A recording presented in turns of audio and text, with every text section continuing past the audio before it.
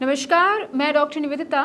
आज आपसे बात करूंगी डायबिटीज़ के कुछ इम्पॉर्टेंट टॉपिक्स के बारे में, जिसके बारे में हमें शायद जानकारी नहीं है, लेकिन डायबिटीज़ को कंट्रोल करने में, इनफैक्ट रिवर्स करने में ये बहुत ज़्यादा हेल्पफुल है।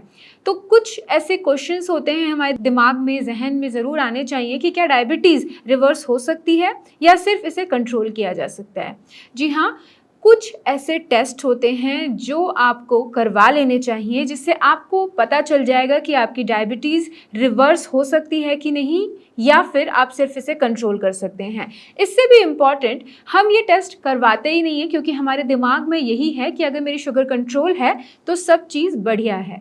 लेकिन अगर शुगर कंट्रोल में रहती है तो भी लंबे समय तक डायबिटीज़ रहने से डायबिटीज़ की कॉम्प्लिकेशंस क्यों होते हैं? एक्चुअली में ये डायबिटीज़ आपके लिए long term and short term में काफ़ी ज़्यादा घातक साबित हो सकती है। तो आपको ये जान लेना चाहिए कि अगर आपको डायबिटीज़ है तो उसे सही समय पे कंट्रोल करके उसे रिवर्स भी कर सकते हैं आप, तो उसके लिए आपको अग्रसर होना चाहिए। टाइप 2 डायबिटीज़ आजकल बहुत कॉमन है, ऑफ कोर्स, बिकॉज आजकल स्ट्रेस बहुत बढ़ता जा रहा है। आपकी जो लाइफस्टाइल है वो बहुत ज़्यादा कॉम्प्लिकेटेड है, नींद प्रॉपर नहीं हो रही है, ईटिंग हैबिट्स अच्छी नहीं हैं, ड्रिंकिंग हैबिट्स अच्छी नहीं हैं। इनफैक्ट अगर आप इन्हीं चीज़ों को जस्ट रिवर्स कर दें तो आपकी डायबिटीज़ भी रिवर्स हो जाएगी। थोड़ा सा डायबिटीज़ टाइप 2 को समझ लेते हैं। टाइप 2 डायबिटीज़ में आपकी बॉडी इंसुलिन बना तो रही होती है, इनफैक्ट अगर मैं ये कहूँ कि इंसुलिन एक्सेसिव अमाउंट में बना रही होती है, लेकिन आपकी बॉडी में इंसुलिन रेजिस्टेंस है, जिसकी वजह से आपकी बॉडी इंसुलिन यूज़ नहीं कर पा रही है और आपके ब्लड में शुगर लेवल बढ़ता चला जा रहा है। तो इसको समझने के लिए आपको ये जानना ज़रूरी है कि कुछ पर्टिकुलर टेस्ट होते हैं जो आप करवा लें, जिससे आपको पता चल जाएगा कि आपकी बॉडी इंसुलिन बना भी रही है कि नहीं और आप अपनी डायबिटीज़ को रिवर्स कर सकते हैं या नहीं। सबसे इम्पॉर्टेंट है कुछ बेसिक टेस्ट, जैसे कि सीबीसी विद ईएसआर, जिसमें आपको पता चलेगा आपकी बॉडी में कितना हीमोग्लोबिन है, कहीं पे कोई इन्फेक्शन तो नहीं है। उसके अलावा बेसिक आपकी प्रोफाइलिंग होती है, जिससे आपको पता चलेगा कि आपकी डायबिटीज़ ने किसी आपके वाइटल ऑर्गन्स को हार्म तो नहीं किया हुआ है, जैसे liver function test, kidney function test, lipid profile and thyroid profile. इसके साथ साथ विटामिन डी, B12, ये बेसिक टेस्ट हैं, जिसके बाद आपको पता चल जाएगा कि आपके शरीर की कंडीशन क्या है। जब आपने ये टेस्ट करवा लिए तो उसके बाद आपको शुगर के बेसिक टेस्ट करवाने होते हैं ऑन रेगुलर बेसिस, जो है fasting blood sugar, PP and HbA1c। Fasting खाली पेट जो टेस्ट होता है आपका शुगर का, पीपी यानी कि खाने के बाद 2 घंटे बाद जो आप ब्लड टेस्ट करवाते हैं, और HbA1c जो ब्लड शुगर टेस्ट करते हैं आप 3 महीने का, ग्लाइकोसाइलेटेड हीमोग्लोबिन। इससे आपको पता चलता है कि पिछले 3 महीने में आपकी शुगर कंट्रोल थी या नहीं। सभी की वैल्यूज़ की अगर हम बात करें, फास्टिंग आपका 70 से 100 या 110 mg/dl के नीचे होना चाहिए। पीपी आपका 140, 160 के आसपास या 200 से नीचे होना चाहिए। और HbA1c की अगर हम बात करें तो उसे 5.7 या 5.8 से नीचे होना चाहिए। इससे ऊपर अगर वो बॉर्डर लाइन हाई है तो आप प्री डायबिटिक हैं, अगर काफ़ी हाई है तो आप डायबिटिक हैं। लेकिन हमें ये जानना बहुत ज़रूरी है कि कुछ इंपॉर्टेंट टेस्ट हैं वो हमने करवाए कि नहीं, जैसे कि सी पेप्टाइड और इंसुलिन फास्टिंग।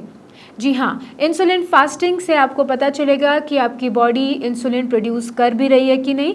इसके जो लेवल्स होते हैं वो 3 से 25 की वैल्यूज़ में अगर आपका इंसुलिन आ रहा है, इसका मतलब आपकी बॉडी इंसुलिन प्रोड्यूस कर रही है, यानी कि आपके पैनक्रियाज में कोई दिक्कत नहीं है और आपको इंसुलिन रेजिस्टेंस है। इसका मतलब आपने अगर इंसुलिन रेजिस्टेंस को रिवर्स कर लिया तो आप काफ़ी हद तक अपने शुगर को, डायबिटीज़ को भी रिवर्स कर सकते हैं।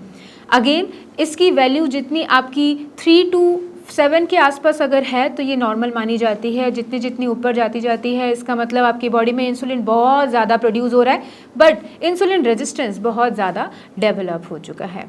इसी के साथ में सी पेप्टाइड टेस्ट होता है। इस टेस्ट से आपको पता चलता है कि आपकी बॉडी इंसुलिन प्रोड्यूस कर भी रही है या नहीं। अगेन इसकी जो वैल्यूज़ होती हैं अगर कम हैं तो आपको शो होता है कि आपकी बॉडी इंसुलिन नहीं बना रही है, और अगर ज़्यादा है इसका मतलब आपकी बॉडी इंसुलिन बना रही है।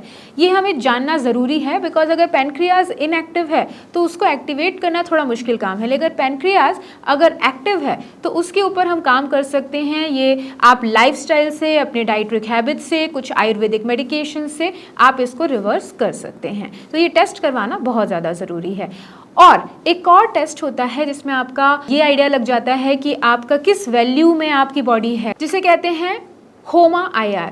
जी हाँ, आप अगर बात करें इसको इवेल्युएट कैसे किया जाता है, तो अपनी फास्टिंग ब्लड शुगर को फास्टिंग इंसुलिन लेवल से मल्टीप्लाई कीजिए और उसको डिवाइड कीजिए 405 से, यानी 405 से। जो भी वैल्यूज़ आपकी आ रही हैं उसके बेसिस पे आप डिसाइड कर सकते हैं कि आपका डायबिटीज़ रिवर्स हो सकती है या नहीं हो सकती है। अगर आपकी जो वैल्यूज़ हैं 1.5 के नीचे हैं तो ऑफ कोर्स आप डायबिटीज़ को रिवर्स कर सकते हैं। 1.5 से 2.9 वैल्यूज़ के बीच में हैं तो भी आप अपनी इंसुलिन को रेजिस्टेंस को ख़त्म कर सकते हैं और डायबिटीज़ को रिवर्स कर सकते हैं। 2.9 के अबव है तो जी हाँ, आपका पैनक्रियास काफ़ी हद तक इनएक्टिव है और आपको शायद इंसुलिन के शॉट्स भी लेने पड़ रहे हैं। लेकिन फिर भी अगर आप अपनी लाइफस्टाइल में चेंज करते हैं, अगर आप अपने स्ट्रेस को कम करते हैं, अगर आप डाइट्स को फॉलो करते हैं, थोड़ी सी एक्सरसाइजेस करते हैं, आप अपने डायबिटीज़ को कंट्रोल ही नहीं रिवर्स भी कर पाएंगे। आज इस वीडियो में मैंने आपको जानकारी दी कि बेसिक टेस्ट के साथ साथ कुछ इंपॉर्टेंट टेस्ट होते हैं जैसे कि सी पेप्टाइड, इंसुलिन फास्टिंग या फिर HOMA-IR। इससे आपको आइडिया लग जाएगा कि आपकी एक्चुअली में पैनक्रियाज की हालत क्या है और आप किस तरीके से अपने डायबिटीज़ को रिवर्स कर सकते हैं। तो आप इन टेस्ट को करवा के अपनी पैनक्रियाज को समझ सकते हैं कितनी हद तक वो एक्टिव है और अपनी डायबिटीज़ को कंट्रोल ही नहीं रिवर्स भी कर सकते हैं। मेरी इस वीडियो को देखने के लिए धन्यवाद। कुछ और इन्फॉर्मेशन के साथ नई वीडियोज़ में मैं फिर से आपके सामने प्रस्तुत होंगी। तब तक आप अपना ध्यान रखें। नमस्कार।